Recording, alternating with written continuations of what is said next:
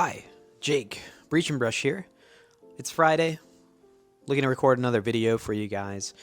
Yeah, got some snow on the ground already in my little corner of Burgerland here. Housekeeping items. Sorry if this is a little bit less enthusiastic. Got a big camera rammed down my throat yesterday. Was not a fun experience. Would not recommend it if you could avoid it. Good news, though, is that if you've ever been curious about what the inside of my esophagus or my stomach looks like, I'm going to be putting these bad boys up on OnlyFans later, so keep an eye out for that exclusive content. Additionally, I've decided I'm going to just keep holding the microphone like this. It feels like I'm doing a TED Talk, and I'm really enjoying the vibes, so sticking around. Lastly, big shout out to everybody that pointed out that my trout pictures on the wall behind me were not level. I made sure to go ahead and get that sorted out for you guys. So, why are we here? What am I doing? Well, there's a lot of stuff I still have to figure out for recording myself painting. So this is kind of an intermediary, a little bit of a placeholder, just trying to get a feel for how it's best to kind of record this content. How I want my camera set up. Do the view angles work? Do I need to get a different mount?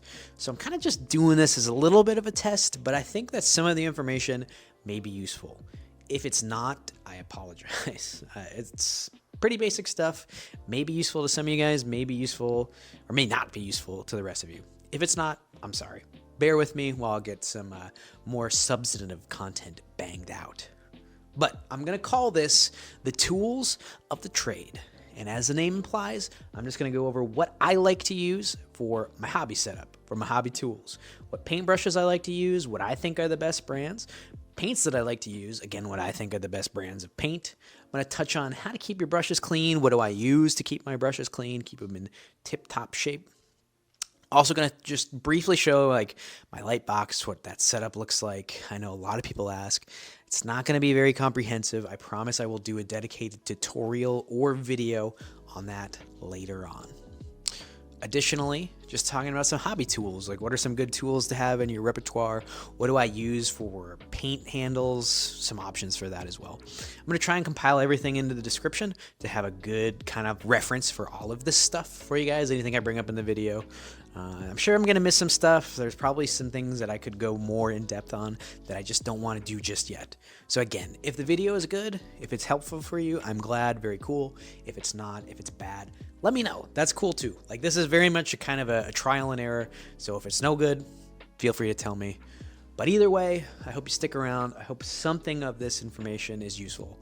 And thanks again for everybody that's already subscribed. Can't believe I almost got 1,000 views already on my first video. It's very overwhelming, and you guys are awesome. So thanks, and let's get into it.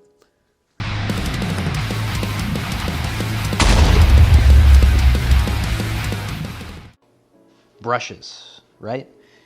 This is going to be a topic that has high Jimmy wrestling potential. Very contentious. A lot of people have a lot of very strong opinions on which brushes to use, what you can get away with, what you can't. So again, like I said in my last video, I'm going to preface this as well just to say this is my own opinion.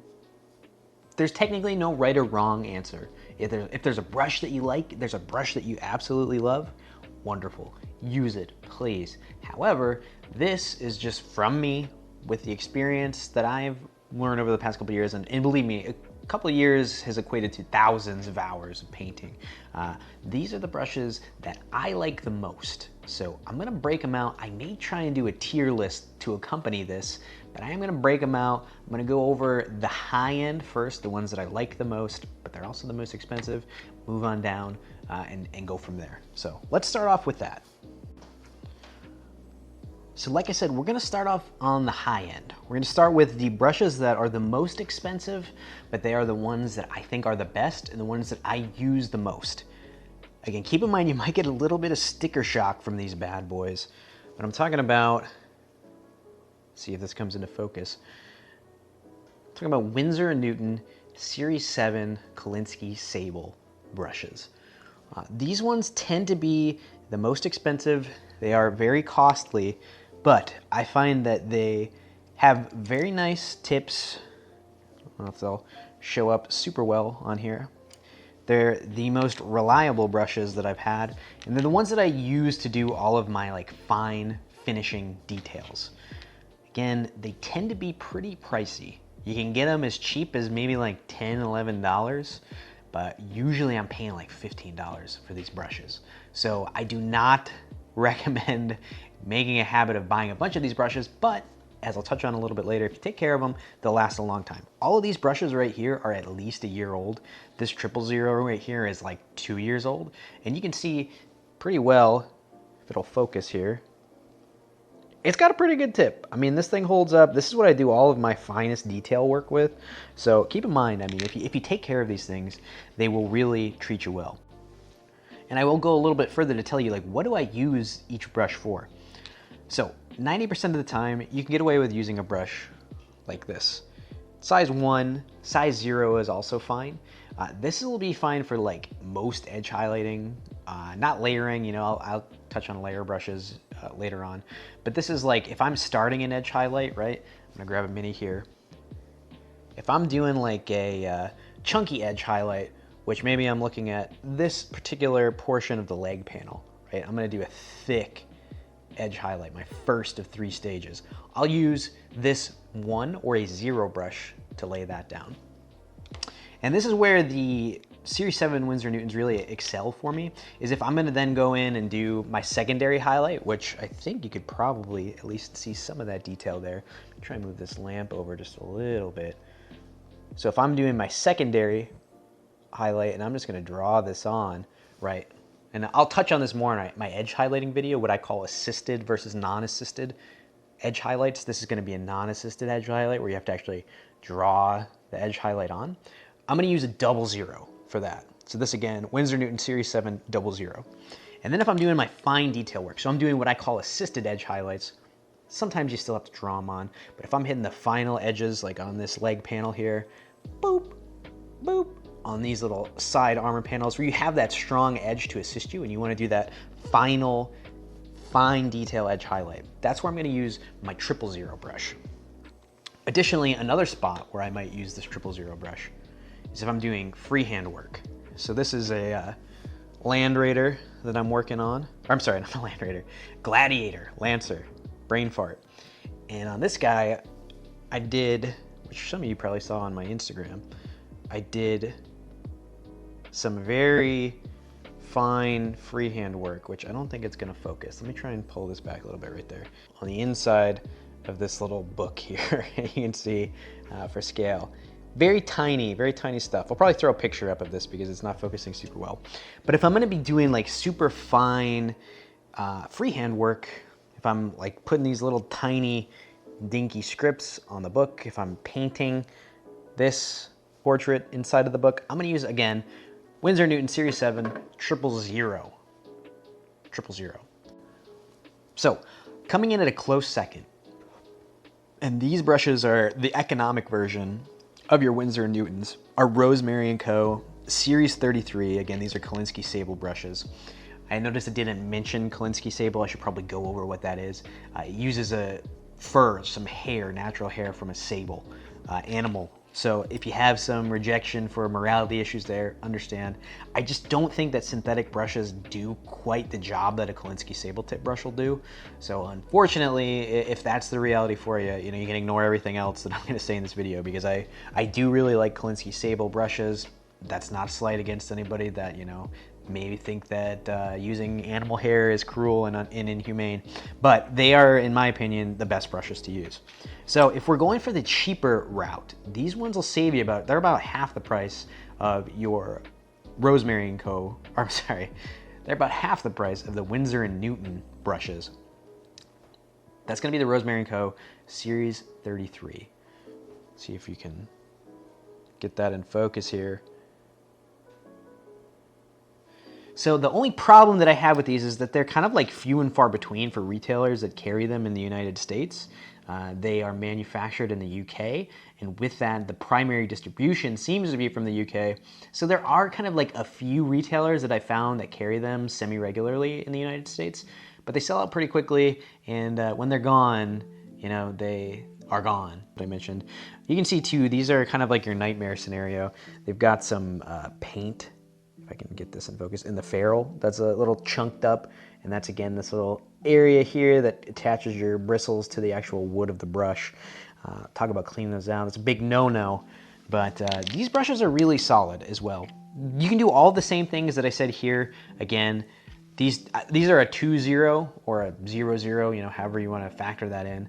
I would use these again for doing my non-assisted secondary highlights.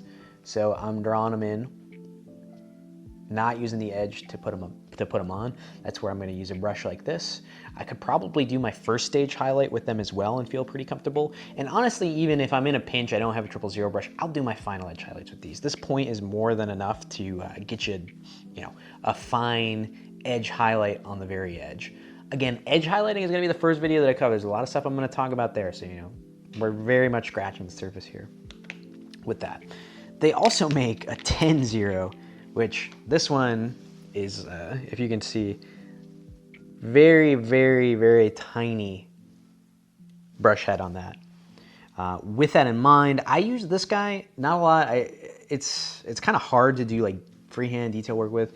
What I end up using this brush for the most is actually edge highlighting metal details. So if I'm doing like on this melt-a-gun here, if this will come into focus, if I'm applying like a final edge highlight on this like metal portion that I want to be really crisp, really fine, I'm gonna do the assisted edge highlight with the edge of that with this brush.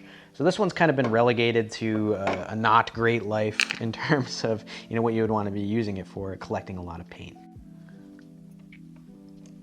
So another really kind of cool brush that I got, this one again, probably a little on its last leg. I've been using it for a lot of metallics, unfortunately. But these Ashdowngaming brushes, again, they're Acrylic sable tips, the same concept of what I mentioned before. I actually got this from 40 Cake on Instagram. I'm gonna give him a quick shout out from his Angels of Soul Showdown. This was last year's, not this year's. So he gave a couple of these brushes away as a prize for coming in second place in that. And they've been awesome. So I don't know where to purchase these, really, but I do like them. I'm throwing them in here because I use this brush a lot. I have a 0, a 1, and I believe a 2 that I use for a lot of just kind of detail work. If I'm doing bigger, chunkier edge highlights, a lot of metallic work, I almost always will use these brushes to lay those down. So again, throwing down these Ashdowngaming brushes in the mix. They are just slightly behind the Rosemary and Co for me. But I still like them. They're pretty solid. I'll see if I can find some links, some information on where you can buy those. I want to assume that they're UK based, but they are a pretty solid brush option as well. All right, so this is another higher end Acrylic sable brush that I'm going to include. I have got to use it a lot. I'm sure this is another one that people are going to say, you know, hey, why didn't you include this, or why aren't you talking about this brush? This one's a Raphael 8404. You can see this one's a size 3. It's a bit bigger than what I would want. You can see how full body the tip of this brush is. Funny story with it is that I saw that there was an Amazon store that carries these, and I purchased a 3-0, so a 3/0 brush or a 000 brush, one of the smaller ones. Just wanted to check it out. I could tell that these brushes have a fuller body, gonna hold a lot of paint, and I was like, cool. You know, I've heard good things about them. I want to give them a shot. So I ordered the 3-0, and I got sent a 3. I said, hey, no big deal. Contacted the store. They said, yeah, we carry the 3-0. I don't know what happened, so we'll get it sent out. So they sent out another one, and I'm not sure if you can see with the glare, but they sent me another 3 brush. So have yet to get a lot of action behind it, but with this brush, I've been doing a lot of like base layers. So like this cloak on the back of this mini, I put this all down, put the couple layers down. Really only the final edge highlights did I do with kind of like finer point or detailed brush. And I've liked it. I mean, it's good. Even with how big the body of this brush is, the tip is like really fine. And you can tell that if I needed to lay down a really fine edge highlight on a certain surface, even with this huge body brush, I could no problem do an assisted edge highlight right there on the edge with that tip. So these ones are kind of like the dark horse for me right now. I don't really have a lot of insight to know whether or not they're good. I've heard good things, but in my personal experience, haven't used them enough to weigh in. So they're They're in the middle of the pack for me right now. They have the potential to go up there, but they are a little pricey as well. A little bit expensive too. Now, this is kind of my, my bottom of the barrel, my shadow realm. I don't have a lot of brushes from these companies because I don't use a lot of brushes from them because I haven't really liked them.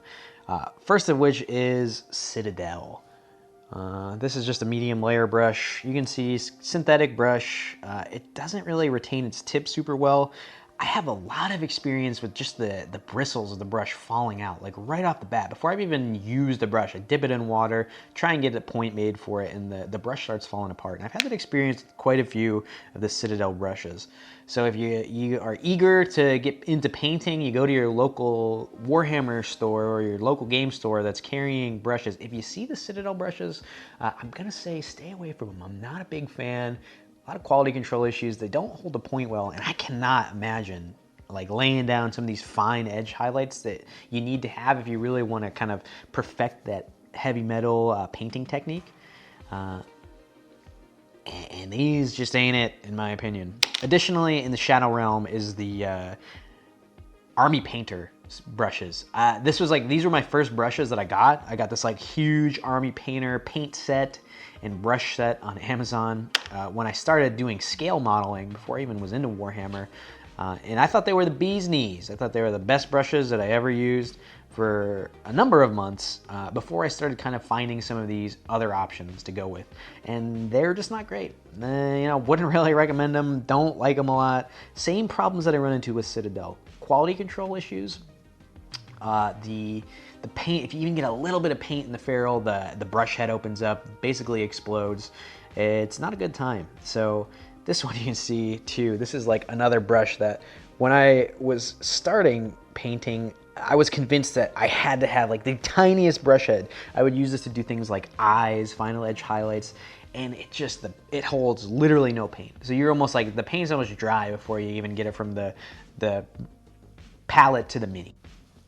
All right, so the last category that I want to cover, this is probably nothing revolutionary, nothing's gonna surprise anybody, but I call them utility brushes, right? They're the brushes that you go to your Michael's, your Hobby Lobby, whatever kind of like chain hobby store that's near you. Again, sorry, UK and EU folks, I don't know what the chain stores are in your neck of the woods, but these are the brushes that you can buy for like 12 for $5, whatever that is in euros, pounds, or, you know, whatever currency. What the fuck is a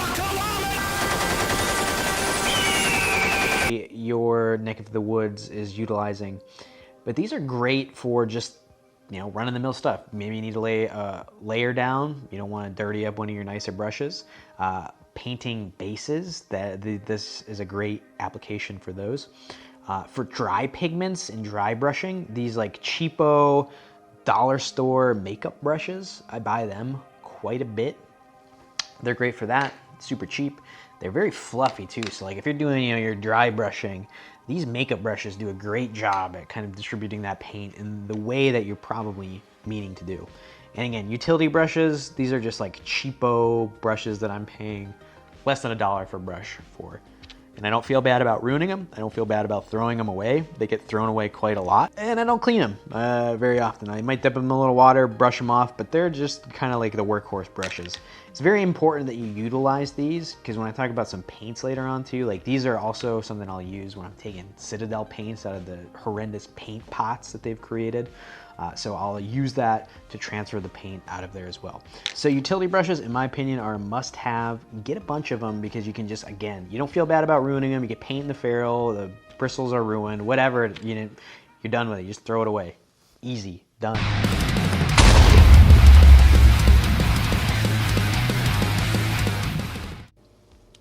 All right, so we're talking paint now. And paint, again, much like paint brushes, a lot of people have a lot of very strong opinions on these topics, and that's totally cool. Again, these are just what I like to use the most, and I'm gonna rank them based on my experience. If you don't agree, totally fine, totally understand. Just keep in mind, for context, again, these are my opinions. So we'll start off with my favorite paint. I don't have a big range of it, but I've been starting to introduce more of it to my painting, and I really can't say enough good things about it. And that's the Gen 3 AK lines. So I've been using this right here, AK Intense Model Color Gen 3 Black for, I don't know, I want to say maybe like 6 months now, and I will never go back to a different black paint. I stand by this being my favorite and best black paint, and unless something else comes across that's really going to change my mind, this will always be my go-to. I also, though, use their Gen 3 acrylic colors for a lot of like non-metal metallic stuff. I find that this paint has a very solid coverage. You don't need a lot of it. It's very rich, and I'm just kind of like really happy with how it applies. It thins well, it goes on really well, it self-levels. I'm a big fan of it. So for me, the AK Gen 3 stuff is going to be up at the tippy top of my list. Again, I don't have a huge range of colors for them, but what I have used, I've really enjoyed and I really like. Number 2, I'm going to kind of group these together. Most often, I'm using either Citadel really or Vallejo. Vallejo, and I had these two together, the model colors as well as the game colors, are another kind of my favorite go-to paints. They, again, have really good coverage, go on really well, level really well, thin very well. I can't say enough good things about them. The only thing that I'll point out is that the game colors are going to have more of like the kind of vibrant color wave and color basis than the model colors do. My first experience really was with the model colors just because that's what my local game shop carried, and I just kind of gravitated towards them. They had a lot of the colors that I needed with the scale modeling that I was doing when I started. So keep in mind, these will have a lot of comparative colors to everything, and I'm going to put a couple links in the description that go over like Docket chart or some of the like Vallejo like mapping guides that'll tell you like if I'm looking for the equivalent of whatever these paints are, you can find it there. So keep in mind, like the color ranges are a little bit more on the realistic side for the model colors, and then the game colors tend to be a little bit more vibrant, a little bit more like fantasy oriented. They have more vibrant, more bright colors. But both of these, same thing. I can't say enough good things about them. Apply very easily. They level on their own. They're very good coverage. You don't have to go back 10, 20 times. So I'm a big fan of Vallejo. They're going to be second on my. Now, third on my list, and again, I'm just grabbing some like random colors. There's no real rhyme or reason for these. Citadel are probably the paints that I use the most, just because again, I'm trying to emulate the heavy metal painting style, and most of those colors are done in the Citadel range.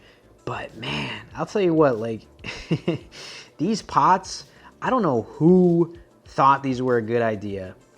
I would love an explanation of the logic behind these things, because I am convinced that these Citadel paint pots are intentionally made, that they open up, they dry out, they spill, they fall over, they never lock, close. I'm convinced that they're deliberately made so that they dry out and do all of those things and make you spend more money.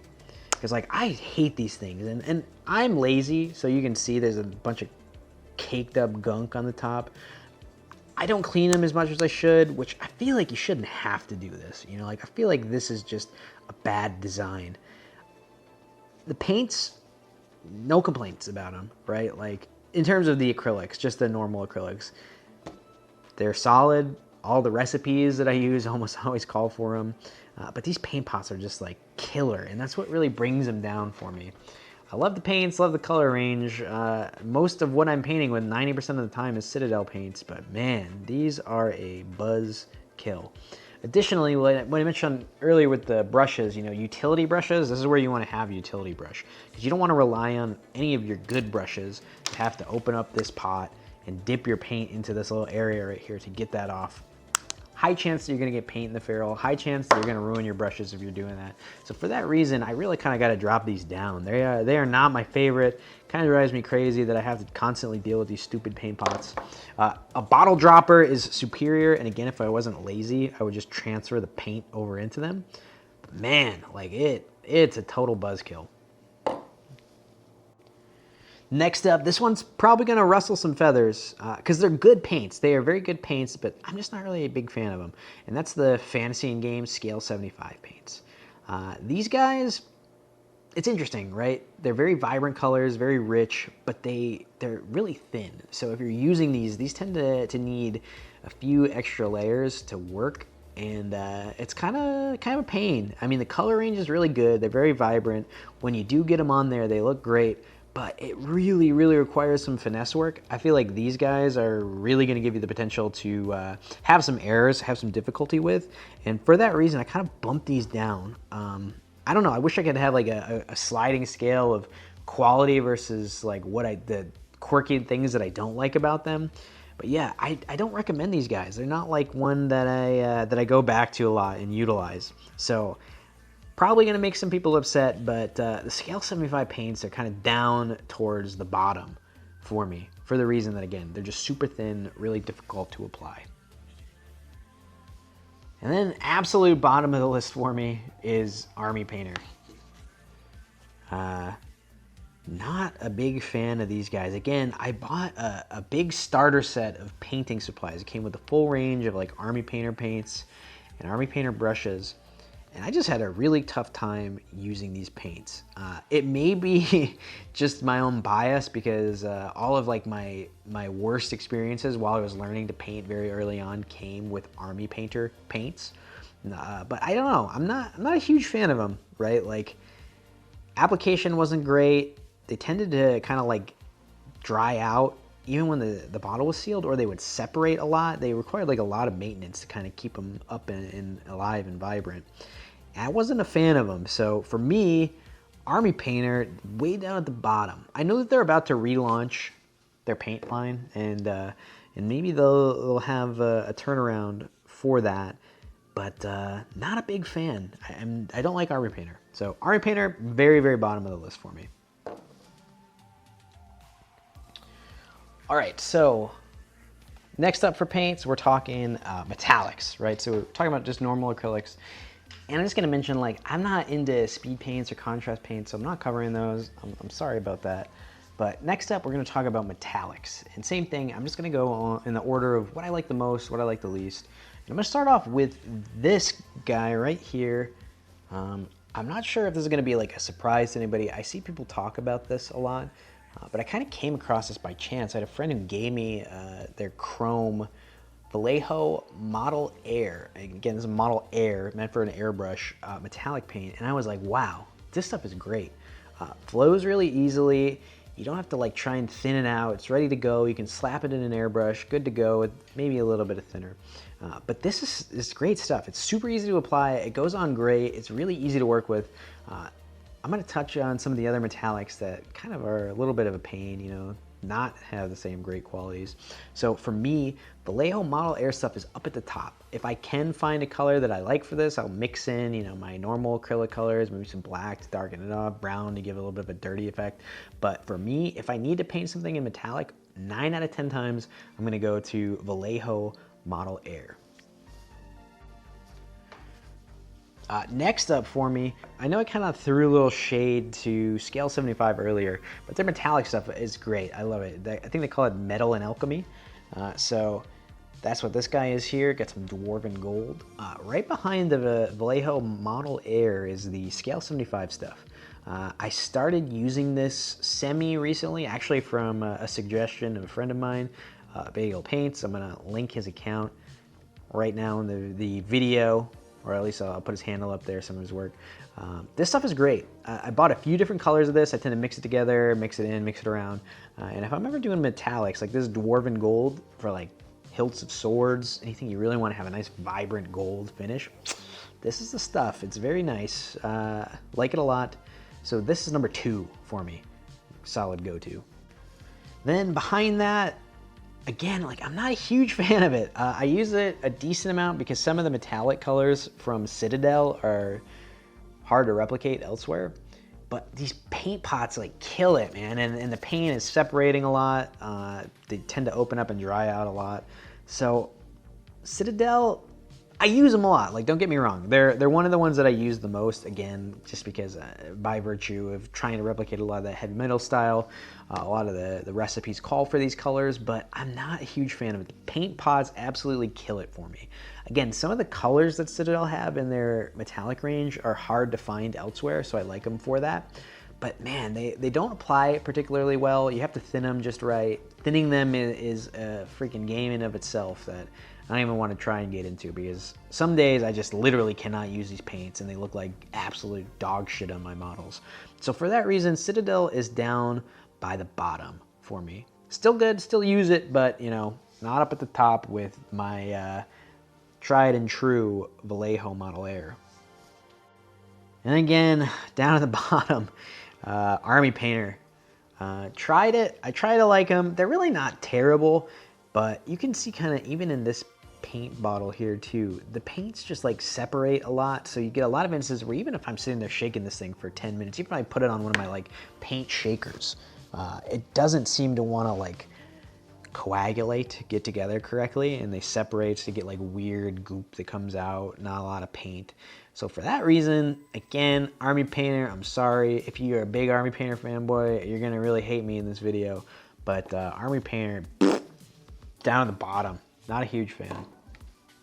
And then lastly, I just want to talk about like filters, inks, stuff that you're primarily using through an airbrush, or I'm using to apply like OSL effects, or if I'm trying to enhance some shadows with some complementary colors.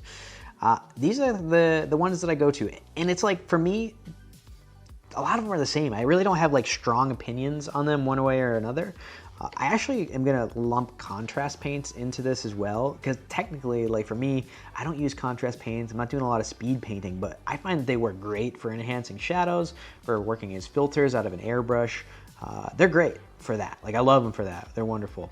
But for this, I'm just gonna talk about some brands that I like, because again, there's not really anything here that's crazy that I'm like, oh my God, you know, this is way better than the other one. They're kind of all in a solid middle ground for me, and I don't really have many complaints about any of them. So I'm just gonna talk about some brands that I like. So first and foremost, great is inks. If you've never used inks before, they're really a cool medium to work with. Great out of an airbrush, again, great to enhance shadows, great for just if you're doing some glazing details, you just need a really fine, thin, transparent color. Inks are solid, and there's two inks that I primarily use. Both of them are pretty readily available at Michael's. Again, I don't know like what your equivalent hobby chain store is, but they're usually pretty cheap. They're usually pretty readily available at Michael's, and that's Dollar Rowney and then Liquitex. So both of these are inks. They're acrylic-based inks. This one's a fluoro ink. This is what I use for a lot of my like heat OSL if I wanted to have a red tone. This is just a yellow acrylic. Sometimes I'll use it to help shade some different colors and maybe apply it to like a white if I want to get some type of yellow OSL effect. But you know, like whatever, it's yellow, it's whatever it is. But Liquitex, again, it's a very solid option. Goes into an airbrush, super easy. Put it on a wet palette, apply it, super easy. It's great stuff. So both of these are wonderful. Pro Acryl, I have been meaning to try out their metallics because I've heard nothing but good things about them, but I haven't used them. Only reason I didn't include any info about them. But Pro Acryl, same thing. This is like a transparent white. This is great for doing zenithal highlights, or doing like your pre-highlights and then apply another ink over it if you're trying to do kind of like speed painting. I really like Pro Acryl. Very easy to work with. Again, meaning to check out their metallics, so you know, don't hate me because I haven't checked them out. Another pretty solid one is just Golden high flow acrylics. These ones aren't necessarily in ink, but they're pre-thinned, go into an airbrush super easily. They work as a glaze really well, and I use them a lot. This is an orange fluoro. Same thing if I'm doing like OSL effects, if I'm doing some heat, want to put that like orange heat glow on it. I use this a lot too. And then again, Citadel, contrast paints. I don't hate them, right? I don't use them in the way that like you slop on a bunch of contrast paint onto a brush, flop it over a model to try and speed paint. I haven't done a lot with it. I started, like the first painting I ever did was with contrast paints, and I thought they were great then. I've kind of like learned about their kind of like copy staining, their pooling, a lot of the kind of bad things about contrast paint that I wasn't super privy to.